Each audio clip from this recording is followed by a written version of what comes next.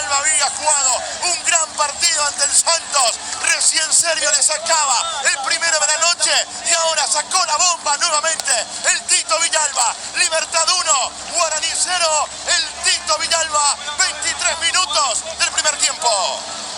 Viene el centro y el sector izquierdo de Espinosa, producto de aquel remate que Sergio le había sacado justamente a Tito Villalba, que no se rendía, que estaba allí expectante. Un despeje a medias de los futbolistas de Guaraní. Qué bombazo saca.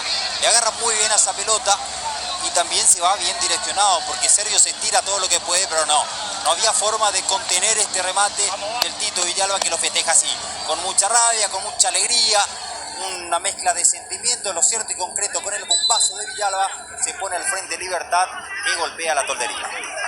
El gol de Villalba, el gol de Libertad, mi querido Freddy Irala.